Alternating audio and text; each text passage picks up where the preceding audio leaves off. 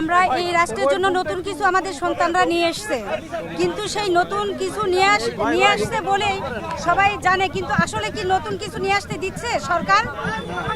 আমাদের সরকারের কাছে প্রশ্ন যে 29 তারিখের নির্বাচন যদি আমাদের সন্তানদের কারণে 26-এ হয়, তাহলে কেন জুলাই সনদ নিয়ে তালবাহানা শুরু করেছেন? আমরা তো জুলাই সনদের তালবাহানা চাইনি। আমরা আপনাদের কাছে কি চেয়েছি? বাড়ি গাড়ি রাষ্ট্র পুরো কিছু চেয়েছি?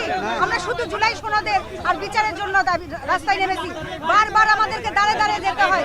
কেন আমরা জুলাই সনদের জন্য দাঁড়ে দাঁড়িয়ে যাব? ওদের স্বপ্ন পূরণে পাশে থাকতে পেরে আমরা গর্বিত।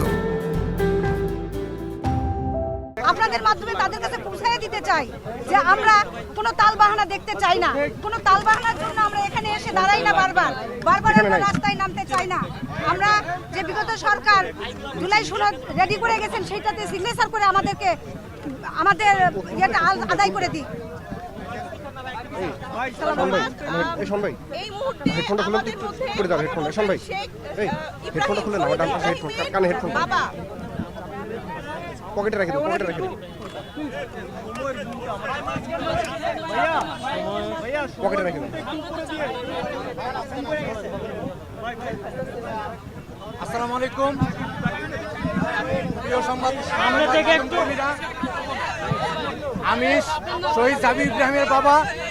আজকের যে অধিবেশন হতে যাচ্ছে, আমাদের প্রথম দাবি হলো আমাদের 1400 শহীদের বিচার চাই এবং প্রথম থেকে 57 জন যে আর্মি অফিসার হত্যাকাণ্ড করেছে, তারপর শাপলা চত্বরের হত্যাকাণ্ড, এই এতগুলো হত্যাকাণ্ডের পরে 24-এর হত্যাকাণ্ড, প্রত্যেকটা হত্যার বিচার চাই।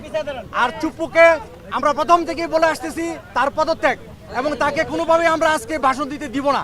আমরা চাই না উনি আমাদের এই পবিত্র সংসদ অপবিত্র করুক।